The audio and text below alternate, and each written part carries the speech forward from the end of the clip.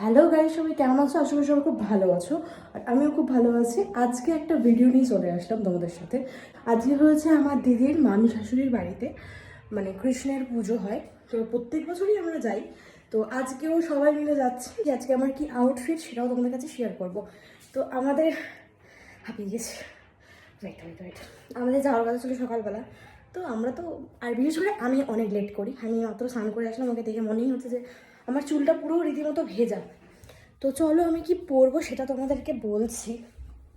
ফার্স্টেই আমি কিন্তু পরবো একটা সুন্দর দেখে সালোয়ার, যেটা আমাকে আমার দিদি আমার দুর্গাপুজোর সময় গিফট করেছিল।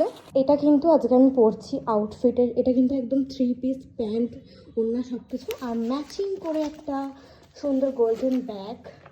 এই যে, তো আমি এখন একটু সুন্দর করে রেডি হয়ে নিই। আর তোমরা কিন্তু আমার সঙ্গে থাকবে, একদম পালিয়ে পালিয়ে যাবে না। আর তোমরা কেন গো কমেন্ট করো না, মানে ফ্রেশার্সের যে আমি প্রোগ্রামে গেছিলাম সেটাতে যে আমি ঘুরলাম, কী করলাম সব কিছু শেয়ার করলাম, বাট তোমরা কোনো কমেন্টই করো না। কী প্রবলেম হয়? যাই হোক, তোমরা অবশ্যই আমাকে কমেন্ট করে জানাবে যে ভিডিওটা কেমন লাগছে। তো চলো আমি আগে রেডি। সো গাইস, আমার অলমোস্ট রেডি হওয়া হয়ে গেছে। তো এটা আমার ফাইনাল লুক, আর সাথে আমার এই ব্যাগটা নিয়েছি। তো চলো, সো রেডি হয়ে কিন্তু বেরিয়ে গেছি। তো ফাইনালি চলে আসলাম মামির বাড়িতে। তো রাধাকৃষ্ণকে ভালোভাবে নমস্কার করার পর তারপর দেখলাম সুন্দর গোপালগুলো বসে আছে, তাদেরও নমস্কার করার পর চলে গেলাম প্রসাদ খেতে। তো প্রসাদে ছিল হচ্ছে খিচুড়ি, আলুর দম, পায়েস, চাটনি আর মিষ্টি। তো আমার সব থেকে ফেভারিট খাবার। আর এদিকে হচ্ছে বড়রা গল্প করছিল, আর আমি এদিকে জাস্ট ল্যাদ খাচ্ছিলাম, আর কিছুই না।